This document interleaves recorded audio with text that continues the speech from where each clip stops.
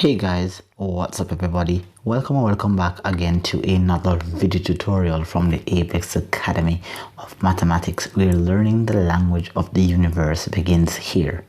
On this channel, we break down your fundamentals, we rebuild you as a student, and we unlock that genius that lies within you. Now, if this is your first time on my channel, my name is Akin, otherwise known as Apex Academy. And of course, please do, before you even start watching this video, smash the like button, smash the subscribe button, and of course turn on your post notification bell for future video tutorials. All right, so thank you for joining, and let's just jump right into the video. Now, this video here is where we're going to be discussing using examples of applying the first 5 laws of indices. Do check in the description box below, where I placed a link towards my 2 other videos involving indices, where I explains law 1 to 4 and law 4 to 7, or I should say 5 to 7. So please do check those videos out. You can see the picture flashing on the screen at the moment.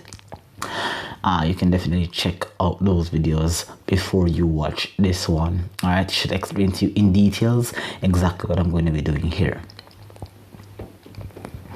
All right, so the first 5 laws of indices, which we're going to be explaining, is of course the multiplication property, division property, power to power property, negative index property, and the zero property. All right, so I'm going to be applying these rules in any way that I possibly can for you. Okay, all right, so let's do a little bit of zoom up here for you. All right, so we're going to be looking at example number 1 right here. Okay, we're going to be looking at example number 1 right here. Okay, so with example number 1, this is a situation where we have the same base here, 3 and 3, right? But we have different powers. Okay, different powers. So basically the multiplication property is the most useful property, or the only useful property here, where if we have the same base, right, and we are multiplying, we do not multiply, and I repeat, do not multiply the base. We simply rewrite the base and we add the powers. So we write base 3 raised to the power of 4 plus 5, and 4 plus 5 is 9. All right, so not too bad at all for that example. All right, so please, there are some common mistakes. Students will say 3 times 3 is 9, and then they'll say 4 plus 5 is 9. All right, I don't think you want to know what this value is. 9 to the power of 9, that is a really big number. So please avoid those fundamental common mistakes. Okay, all right, there are examples where the base may not be a numerical value, but it may be a variable or some sort of expression, and not all the time will your power be straight positive. It can be a combination of negative and positive, or positive positive as we have here, or of course a positive mixed with a negative, but the rule remains the same. All right, so here what we have is base x to the power of 2 multiplied by base x to the power of minus 4. All right, so I'm not sure if I can get you zoomed up a little bit more. Okay, good. So here we have the same base, so we just rewrite the base, which is the x, and we add the powers. So what we do here is simply say x raised to the 2 plus minus 4. Let me just write that down for you. X raised to the 2, x here, sorry, raised to the 2 plus minus 4. All right, and of course do check out the videos if you are not understanding how I got this minus 2 here. 2 plus minus 4 is actually minus 2. Definitely check the link in the description below for the video talking about addition and subtraction of integers. All right, so do check that out. This is quite straightforward once you have the concept locked down. Okay, all right, good. So it is x to the minus 2. Now, in the negative index property, you're going to see me apply a law that says that if we have some sort of base raised to a negative index, we can reciprocate the quantity. I'll explain that in a moment for you, but here is another way of writing your answer. It is 1 over x squared. All right, now there are a lot of teachers or a lot of textbooks that requires your answer to be in what is called positive exponents, and there are some persons or some teachers who prefer the answer to be written in negative exponents. All right, so depending on the requirement for the question, then you may or may not be allowed to leave it as it is here, but most definitely you'd always want to leave your answer looking quite positive. So this is more accepted than this one, but there are questions that require you to leave it in negative exponents. Okay, all right. All right, so I hope you got that one, guys. I hope you got that one. All right, so let's move on to example number 3 now. Okay, now here what I've done with example number 3 is that I've involved a bit of coefficients, and what always happens here is that a student usually think that the number is what is what makes up the base. No, the number is not what makes up the base. As long as a number and a variable is involved or is combined, the number acts as the coefficient for the base, or it acts as the coefficient for the variable. Okay, so in this case now, the 2, the 3, and the 4 is not it is easy to distract you and believe that, hey sir, I cannot apply the multiplication property because the bases are not the same. The base is actually the x, and the base is actually the y. So the x and the y is acting as the base here. Okay, good. And the 3, the 2, and the 4 are coefficients of the base. Okay, so we want to get that clear. So for this one, we're going to have to multiply the coefficients. So we're going to simply say here 3 multiplied by 2 multiplied by 4. Leave that in a bracket here.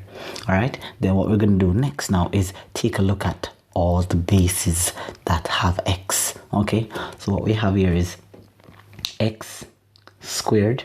Okay, all right, now because we are multiplying, the multiplication property law states that we're going to add the powers. So we have x squared. Okay, so we're going to add now the power of the next x. Let me just write that a bit clearer for you. So this x here has a base, has a power of 2, and this x here has a power of minus 1, and this x here, there isn't a visible power, but we know that from previous explanation that the understood power here is 1. All right, so we don't rewrite all the x's, we just rewrite one of the x, and we just add this power to this power to this power. Okay, next what we have now is just a y.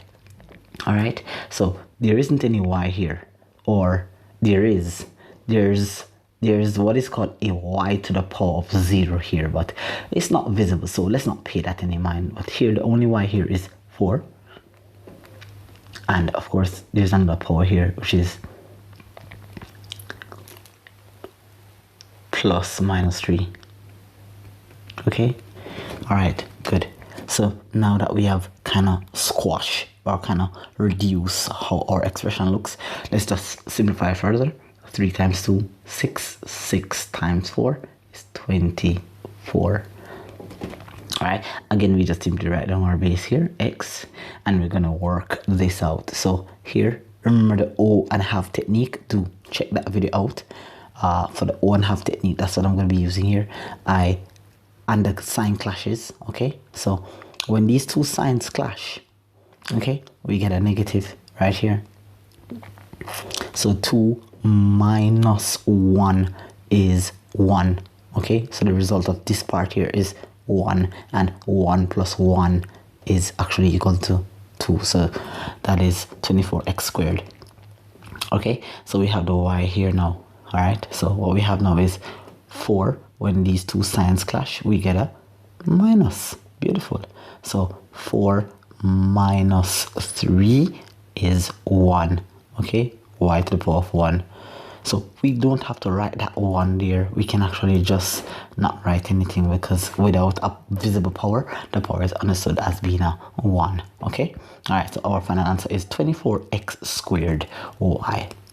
Okay, all right guys, so that explains there for you. I hope you got that last question. It was a bit jumbled, but I know you're smart enough to get there, and you've been watching my videos, so I know that you have most of the concepts locked down here. Okay, all right, so I wanted to show you that there are many ways in which the multiplication property can be used when the bases are numerical, when the bases are, of course, in variable form, and when the bases are combined with coefficients and variables. So please do watch out for that on your exam assignments and test papers. Okay, all right, so here's another example now where the power may not necessarily be an integer. The power may be a rational number, all right, which is a fraction. All right, so nothing is wrong with this here. All right, so coefficient, variable, and this time we've changed the power now to being a rational number, a half, 2/3, 3/5. So what we have here now is simply 2 multiplied by 5 multiplied by 3. All right, and then now we have only one base to deal with here, so we just rewrite that one base and we say half plus 2/3 plus 3/5. Okay, right? All right, good. So 2 times 5 is 10. 10 times 3 is 30. That's how I got that 30 there. 30. And we know that the base here is y, so we just rewrite that y, but we need to know what the power is. All right, good. So I have not yet made a video on fractions, but do look out for that very, very soon. We're just going to just quickly run through the fraction principle here. All right, so if we have two or more fractions and we're adding, we're simply going to just find the LCM here, which is going to be 2 times 3 is 6, and 6 times 5 is 30. All right, so 30 is the LCM. 2 goes into 30 15 times, so we're going to times that number by 15. 3 goes into 30 10, we're going to times that number by 10, and of course 5 into 30 goes 6, we're going to times that number by 6. Okay, so 15 times 1 is 15, and 10 times 2 is 20, and of course 6 times 3 is 18. Right, and so when we add this number up, we're going to get 53/30. So that's the number that will be the power here, 53/30. Okay, all right, so our final answer is 30y raised to the power of 53/30. All right, so we can just keep it right there. All right guys, so I hope you got that one right. I hope you guys are understanding so far, and if you have understood how exactly to do the first law, multiplication property, I definitely I'm happy for you here that whatever has been giving you some problems, you have finally gotten rid of it. All right, so guys, do please look out for these examples. All right, and definitely rewatch this video as much time as you need to, so you'll never have this problem again. All right, good. I'm looking forward to seeing you again. Let's move on to using the division property law. Okay, I may have to make this video here in 2 parts, all right, because it may be a little bit longer than I predicted, but do watch out all these videos. All right, so here we have 4 more examples now, but this time we're using the division property, same principle. So let's do some zooming up here. All right, so here of course we should be able to go a little bit faster. The bases are the same here, the bases are numerical. Okay, so we just rewrite the 2, and of course we say 3 Now the division property states that we have to subtract the powers. So here we have a power of 3, and the division states that we need to subtract. So I'm gonna put a subtract with a different color. Let's say blue. Here, subtract. And then now what are we subtracting from the 3? We are actually subtracting. We're subtracting -5. So that will cause a little bit of sign clash here. All right, sign clash. So again, please do check out the video for multiplication and division of integers involving sign clashes. There's a link that's provided in the description below. Okay. All right, so that's equal to, as you can see right here. All right, so when these two signs clash, we are going to get a plus. So what we have here is 2 to the power of 3. Here, add. And then we're simply going to get 2 to the power of 3 plus 5. That's equal to 2 to the power of 8. Okay. All right, good. All right, so what we have here now is example number 2, where the basis is now a variable. All right, so we just rewrite the p as usual. All right, the power here is -4, and we're going to subtract the 3 from this. So there is no sign clashes here. This is a straightforward adding or subtracting of integers. So what we have here is simply -7. Okay, or we could simply say 1 over p to the 7. All right, good. So this is just 2 different ways of writing the same answer. This is the negative index form, NIF, and this is the PIF form, PIF, positive index form. Okay, beautiful. All right, guys, good. So let's move on to now the next example. All right, so we have 24 divided by 3 divided by 4. Okay, and now we have x's in all terms, so we have just one x remain here, and we have -2. That's the power here. The power here is -5. Because we are dividing, we are subtracting the powers. And we have this power here, -6. So we're going to subtract -6. I want you to look at that part carefully. The power here, -2, comes here. The division says that we have to subtract +5. So subtract 5. And the division here again says that we should subtract -6. So we subtract -6. Okay, so please look out for that. That's a common mistake. Here we have the y's. The power here is 3. And we're going to subtract the power here, which is -1. So we're going to be subtracting -1. And we're going to be subtracting again 4. Okay, that's how we do that. So 24 divided by 3 is 8. Okay, this part is 8, and 8 divided by 4 is 2. So our base here in our answer is 2. We know that it's going to be a base x. So here we have some sign clashes to deal with. Okay, so when these two signs here clash, we get a plus here. These two signs clash. So -2 -5, that's equal to -7. Okay, this part here is -7. And -7 plus 6 is equal to -1.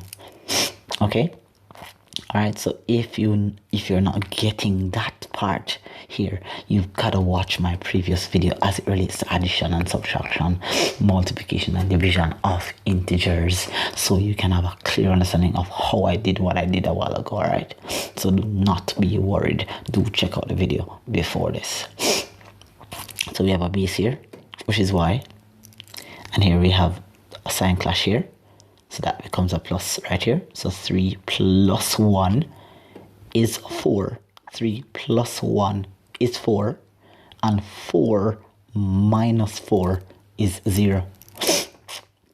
Okay, now this is the only example that I have where I will be explaining the zero property. All right, so this is acceptable, but it looks a bit weird with that zero up there. So our final answer would actually simply just be 2x to the minus 1, because y to the power of 0 is 1.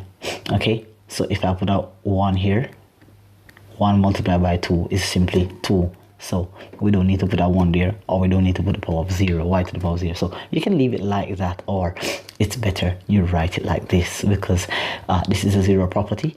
Any number raised to the power of 0, any variable raised to the power of 0 is equal to 1. And 1 times any term will give you the same term. Okay, all right, good. So that's the only example I have with the zero property for this video. Okay, all right, guys. So that's looking good so far. We should be able to go through the final example and then resume a part 2 of this explanation.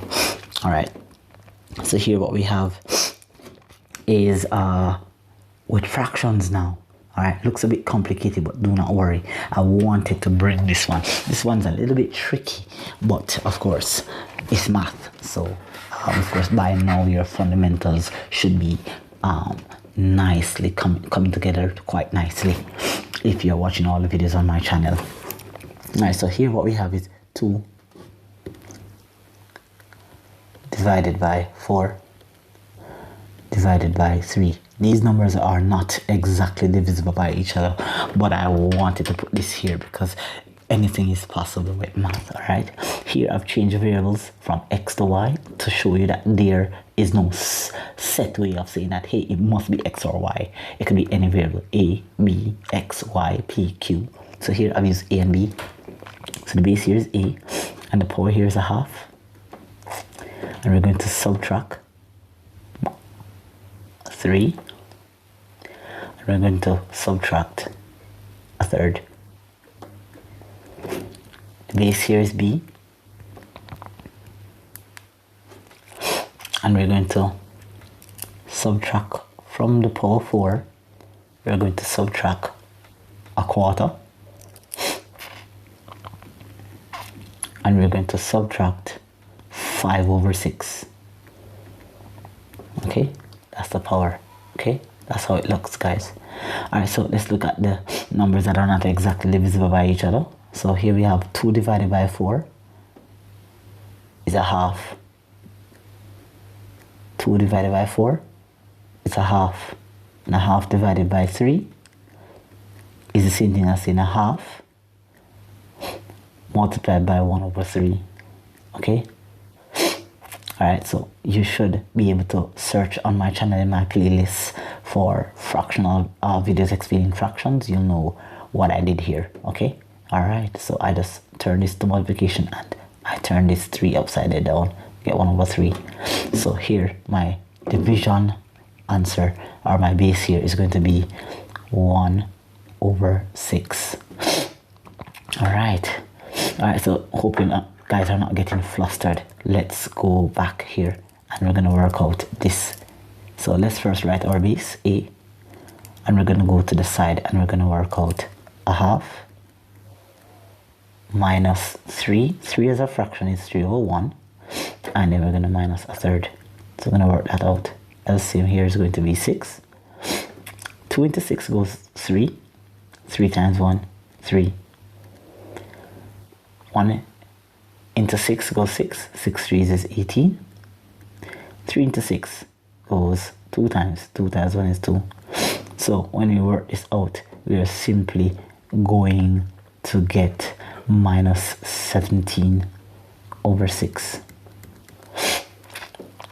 Alright, so 3 minus 18 is minus 15. Minus 15 minus 2 is minus 17 over 6. So hope you got that part here. I'm going to erase. So minus 17 over 6 for this here.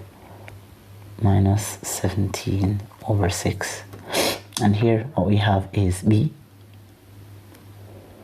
And we have 4 over 1 minus 1 over 4 minus 5 over 6.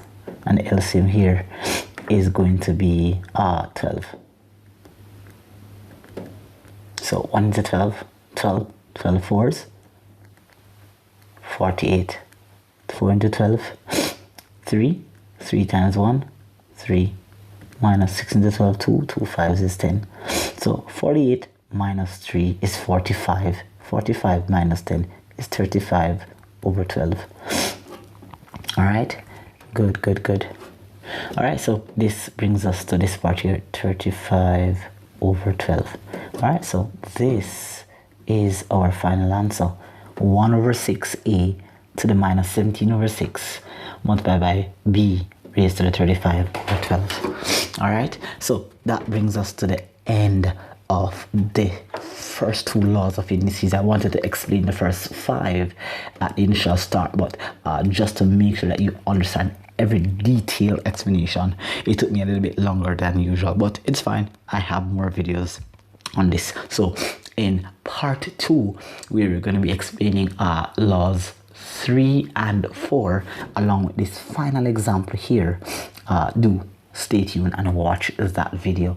Take some time out to make sure you understand. All right, so guys, thank you so much for watching this another video from our channel, and if you have reached here so far, you are going to be blessed and you are going to become that genius that you really want to be. All right, if you have gotten to this stage so far. So do take care, and I'll see you next time. Please stay tuned, and of course don't forget to like, share and subscribe to this channel. See you soon. Peace out. Bye.